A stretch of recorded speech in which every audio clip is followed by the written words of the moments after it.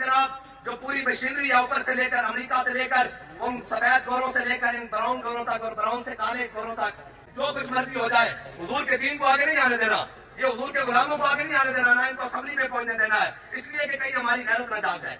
जो बेगैरती के सत्तू पिए हुए हैं, खाली उन्होंने नहीं, 57 इस्लामी ममालिक में जो बेगैरती के सत्तू पिए हुए हैं, ये तारीख में कभी ऐसा नहीं हुआ। लोग कहते थे मौलवी साहब आपका काम है मिंबर पर बताना,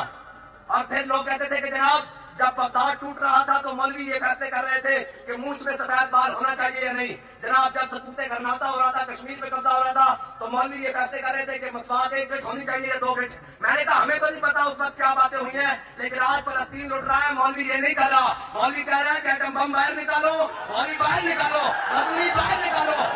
और जनाब तुम भी आ जाओ और हम भी आते हैं। अगर जहां तुम्हारा खून गिरेगा, जहां तुम्हारा पसीना गिरेगा, हम अपना खून लेकर हाजिर होंगे, लेकिन पाला तुम्हें है, जंग तुम्हें लड़नी